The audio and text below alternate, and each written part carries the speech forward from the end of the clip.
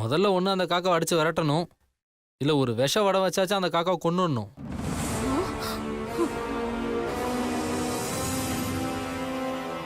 அப்பதான் அந்த காக்கா வந்து இங்கே கத்தாம இருக்கும் ப்ரோ. ப்ரோ நீ கிளம்பு ப்ரோ, அந்த காக்காவை நான் பார்த்துக்கிறேன். மீரா போலாமா? போயிட்டுறோமா?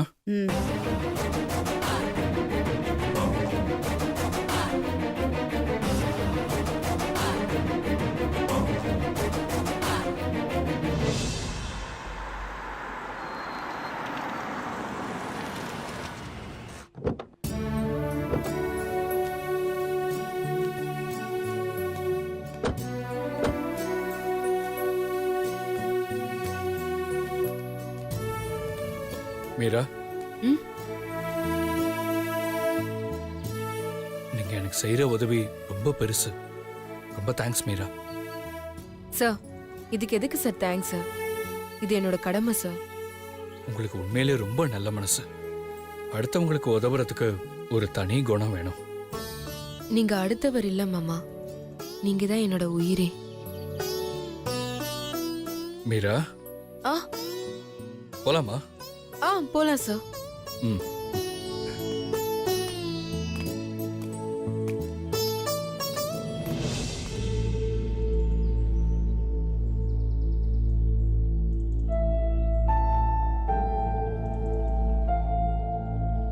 வாங்க.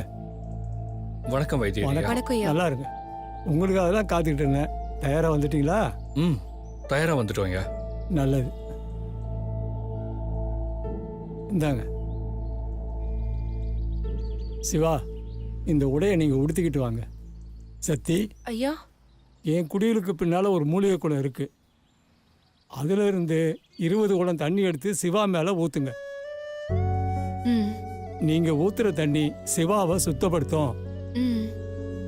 அதுக்கப்புறம் சிவாவை என் குடிலுக்கு அழைச்சிட்டு வாங்க. மற்ற விஷயத்த நான் அதுக்கப்புறம் சொல்றேன். சரிங்க ஐயா. ஓகே. போய் குளிச்சுட்டு வாங்க. வாங்கம்மா.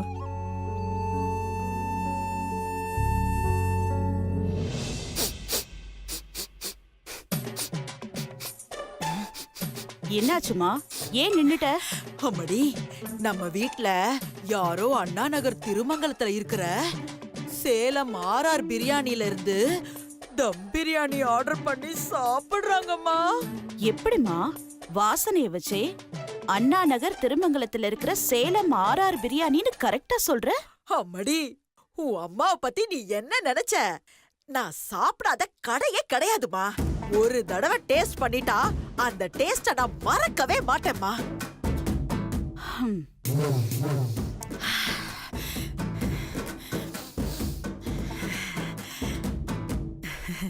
அம்மடி சுபத்ரா, அம்மா மேல உனக்கு அம்புட்டு லவ்வாமா? என்ன சொல்ற? இல்ல, ஓ ரூம்ல இருந்து தான் பிரியாணி வாசனை வருது. இந்த அம்மாவுக்காக நீ தானே பிரியாணி ஆர்டர் பண்ணிருக்க. அம்மா, நான் எங்கம்மா பிரியாணி ஆர்டர் பண்ணி வச்சிருக்கேன்? இல்ல, போய் சொல்ற. நீ வா வா.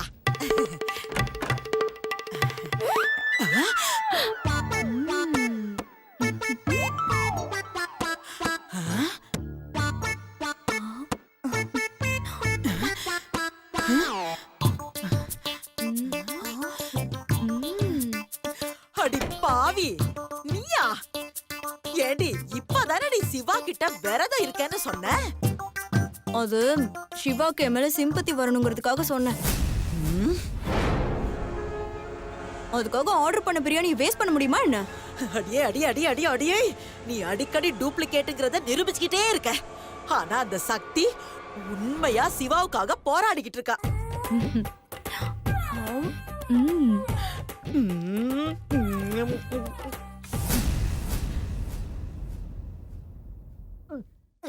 அடியே, ஒண்ணுதான் பார்சல் வாங்கினியா இல்ல ஏதாவது எக்ஸ்ட்ரா இருக்கா?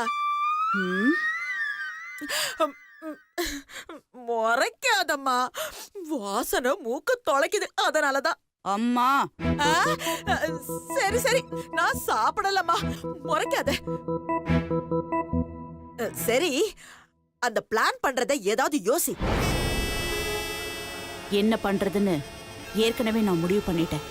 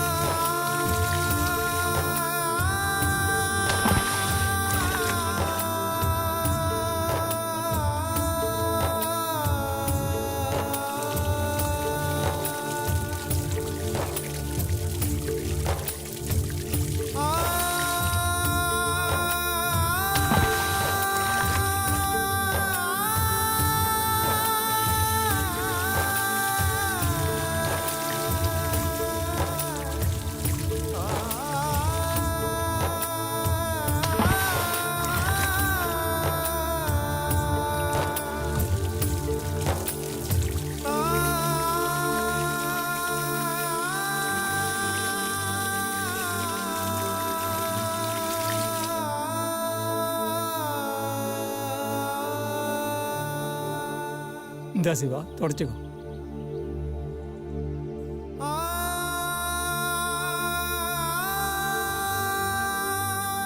சிவா,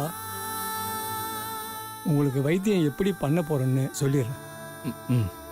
இப்போ நீங்க குளிர்ந்த நீரில் குளிச்சது உடம்ப சுத்தமா குளிர்ச்சியா வச்சுக்கிறது தான். அடுத்து உங்களை உட்கார வச்சு பூஜை பண்ணி மருந்து கொடுக்க போறேன். அந்த மருந்தை சாப்பிட்டதும் 7 மணி நேரத்துக்கு நீங்க நித்திரையில் இருப்பீங்க.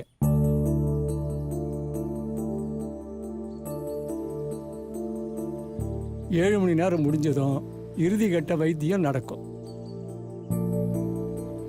அதுவும் முடிஞ்சதும் உங்களுக்கு பூர்ண குணமாயிடும். இதுவரைக்கும் நீங்க மறந்து போன பழைய நினைவுகள் எல்லாம் ஞாபகத்துக்கு வந்துடும்.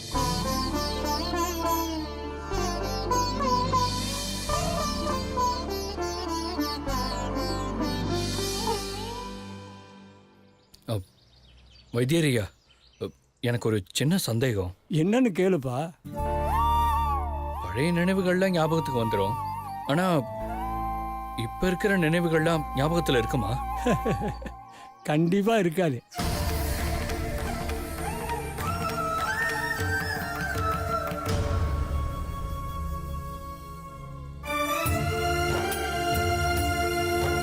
உன்னை பெறணும்னு நினைச்சா உன்னை எழுந்துதான் ஆகணும். இதுதான் இயற்கையினுடைய விதி.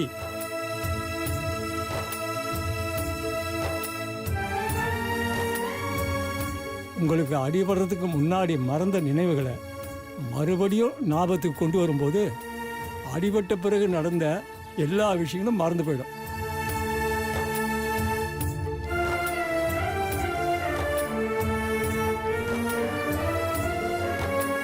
சரி, நான் போய் பூஜைக்கு ஏற்பாடு பண்ணிட்டு உங்களை கூப்பிடுறேன். வாங்கம்மா.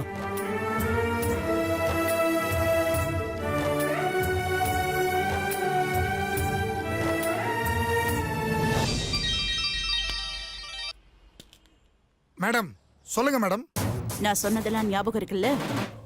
சிவா தூங்குனதும் நீ எப்படியாவது அவனை பாதியிலே கண்ணு முழிக்க வச்சுட்டா மட்டும் போதும். மேடம் நீங்க கவலையே படாதீங்க மேடம், நான் கரெக்டா செஞ்சு முடிச்சிடுறேன். நீ ஒவ்வொரு தடவையும் இப்படியே தான் சொல்ற, ஆனா எதையும் உருப்படியா செஞ்ச மாதிரி தெரியலையே. இதையாவது சொதப்பாம செஞ்சு முடி. மேடம் ஏற்கனவே என்ன பாட்டி அசிங்கப்படுத்திட்டாங்க, இப்ப நீங்களும் என்ன கேவலப்படுத்துறீங்க பாத்தீங்களா மேடம்? எனக்கு நீங்க காசே கொடுக்க வேண்டாம் மேடம், இது என்னோட ஈகோ பிரச்சனை. நான் விஷயத்தை முடிச்சிட்டு நானே உங்களுக்கு கால் பண்றேன் மேடம். அம்மாடி, யாரு அந்த ரவுடி ரத்தனா? ஆமா, அவன்தான். அட போமா, நீயும் அவனை நம்பி வேலை கொடுத்துக்கிட்டே இருக்க. அவனும் ஊங்குறானே தவிர எதையும் உருப்படியா செய்யவே இல்ல, சொதப்பிக்கிட்டே இருக்கான். அவன் ஒரு டுபாக்கு ரவுடிமா. இந்த தடவை பாப்போம். அது சரி, நீ ஏன் சிவாவை கண்ணு முழிக்க வச்சா மட்டும் போதும்னு சொன்ன? ஏமா, ட்ரீட்மெண்ட் நடக்கும்போது இடையில சிவா கண்ணு முழிக்க கூடாது. அப்படி முழிச்சா அதோட சிவாவுக்கு எப்பவுமே பழைய நினைவுகள் வராம போயிடும்னு நீ தானம்மா சொன்ன. அட ஆமால்ல, நானே அதை மறந்துட்டேம்மா. ம். சிவாவுக்கு எந்த காரணத்தை கொண்டும் பழைய நினைவுகள் ஞாபகத்துக்கு வரவே கூடாது. ஆமாம்மா, வரக்கூடாது.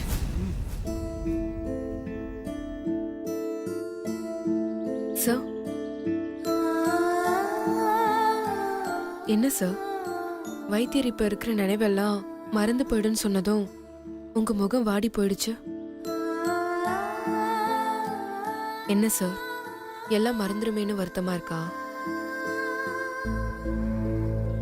இல்ல மீரா, இப்ப நடக்கிற விஷயங்கள்லாம் பார்க்கும்போது எனக்கு குழப்பம்தான் அதிகமா இருக்கு. அதுக்கு விட தெரியணும்னா எனக்கு பழைய நினைவுகள்லாம் கண்டிப்பா வந்தாகணும்.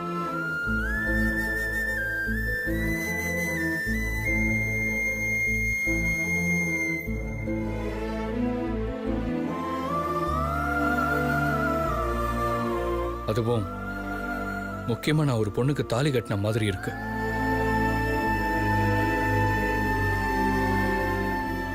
எனக்கு டைவர்ஸ் நோட்டீஸ் வேற வந்திருக்கு. அந்த பொண்ணு யாருன்னு எனக்கு தெரியணும்.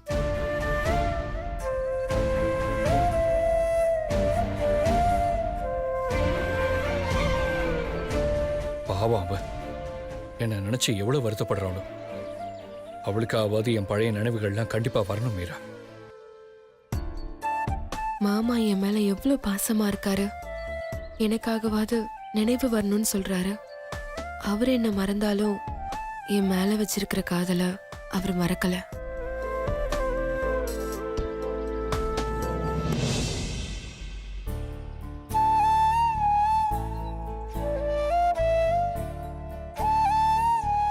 என்ன மீரா, என்ன யோசிக்கிறீங்க? எனக்கு இப்ப நடக்கிறதெல்லாம் மறந்து போனா உங்களையும் மறந்துடுவேன்னு யோசிக்கிறீங்களா? உங்களை என்னால மறக்கவே முடியாது மீரா. எனக்கு எது வேணாலும் மறந்து போகும். ஆனா உங்க பேரை மட்டும் என்னால மறக்கவே முடியாது, மறக்கவும் மாட்டேன்.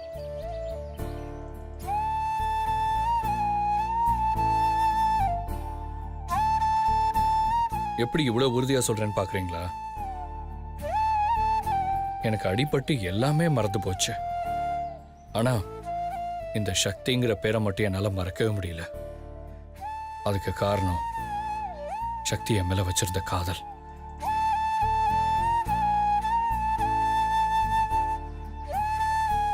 அதே மாதிரி என் மேல நீங்க வச்சிருக்கிற பாசம் உங்க பேரை என்னைக்குமே என்னை மறக்க விடாது மீரா.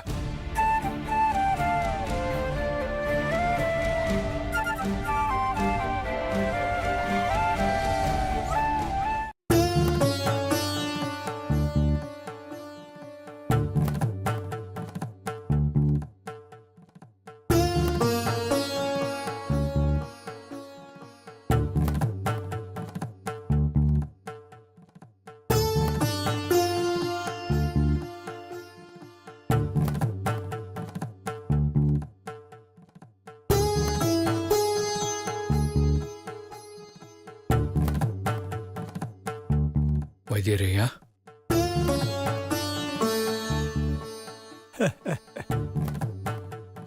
சிவா, இந்த அரிசி கோயில் மேல உட்காருப்பா. உட்காருங்க சார்.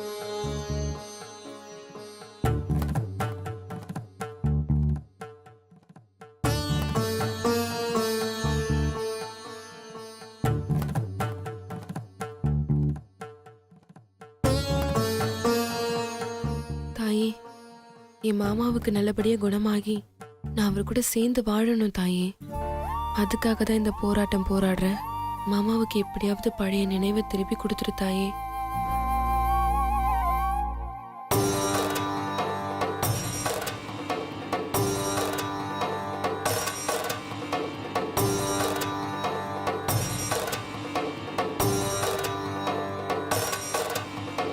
ஓம் சக்தி மகாசக்தி, ஓம் சக்தி மகாசக்தி, ஓம் சக்தி மகாசக்தி, ஓம் சக்தி மகாசக்தி, ஓம் சக்தி மகாசக்தி.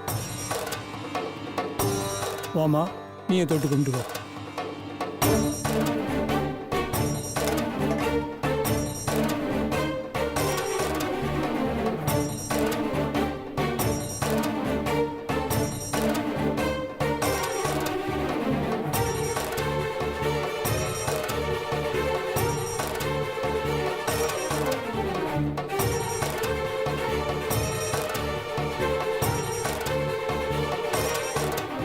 இந்தாப்பா.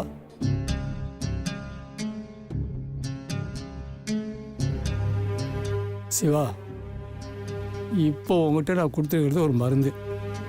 அதை நீ சுவைக்காம குடிக்கணும். அப்படி நீ குடிக்கும்போது முக்கியமாக நீ எதை பற்றியும் யோசிக்கக்கூடாது. உனக்கு நீ குணமாகறத மட்டும்தான் நினைக்கணும். இது ரொம்ப முக்கியமானது. சரிங்க வைத்தியரையா.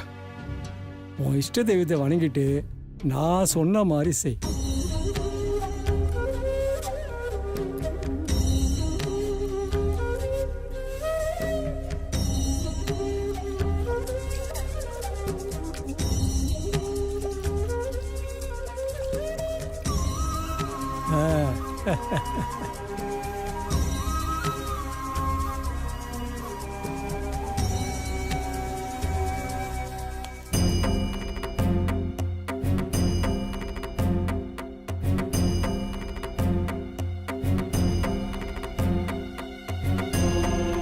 சிவா,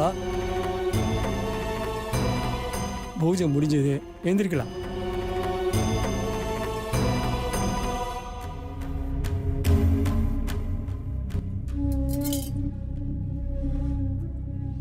அப்படி வாப்பா.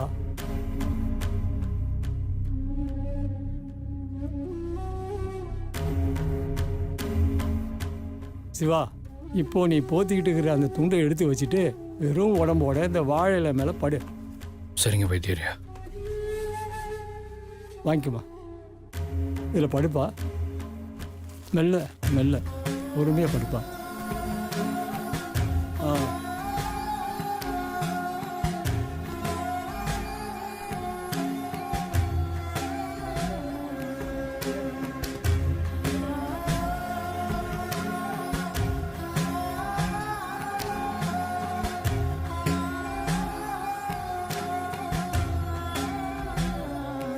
சிவா, நான் முன்ன சொன்னது தான். எந்த நினைவும் உனக்கு இருக்கக்கூடாது. உனக்கு குணமாகுங்கிற நினைவை தவிர. இது ரொம்ப முக்கியம். ம். சிவா, உனக்கு இப்போ 7 மணி நேரத்துக்கு நல்ல உறக்கம் இருக்கும். நிம்மதியாக நித்திரையில் இரு. மெதுவாக கண்ணை மூடுப்பா.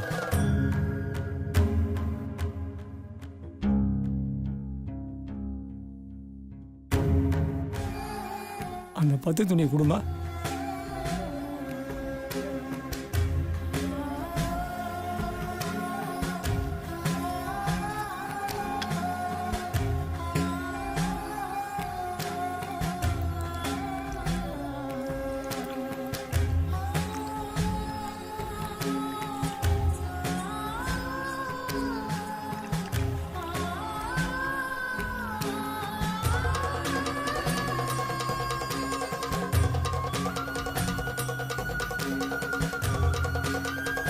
அம்மா, ஆயே, ஓம் சக்தி.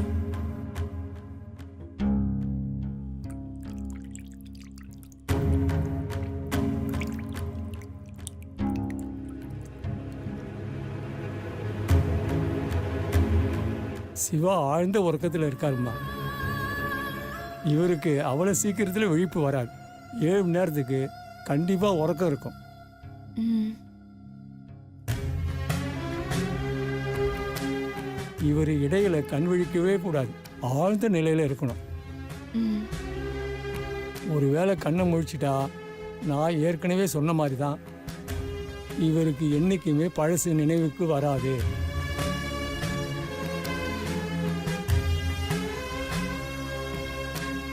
நீ இவர் பக்கத்துல இருந்தே பார்த்துக்கம்மா. சரிங்க வைத்தியரையா. கொண்டாமா. இந்த மூலிகை சாரை 1/2 மணி நேரத்துக்கு ஒரு தடவை அவர் நெத்தியில் ஊற்றுங்க. ம். இது சஞ்சீவ மலை தீர்த்தம். இதையும் அவர் நெற்றியில் ஊற்றுங்க. ம். எல்லாம் நல்லபடியாக நடக்கும். எனக்கு பச்சையில பறிக்க வேண்டியது இருக்கு, நான் போயிட்டு வந்துடுறேன். ம். வாங்கம்மா.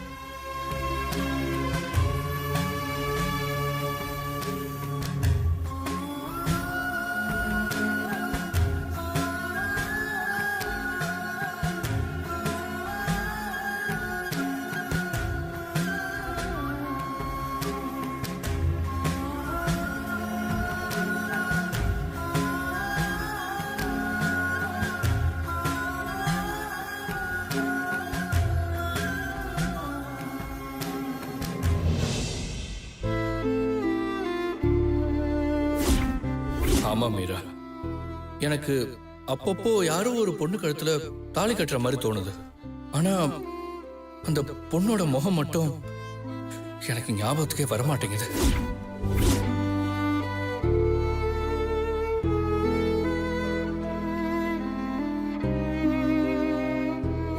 ஒருவேளை நான் தாலி கட்டினது உண்மையா இருந்தா, ஒரு பொண்ணுக்கு தான் புருஷன் கண்ணெதிரில் இருந்தும் தன்னை தெரியாம இருக்கான்னா அது அந்த பொண்ணுக்கு எவ்வளவு பெரிய வலியை கொடுக்கும்.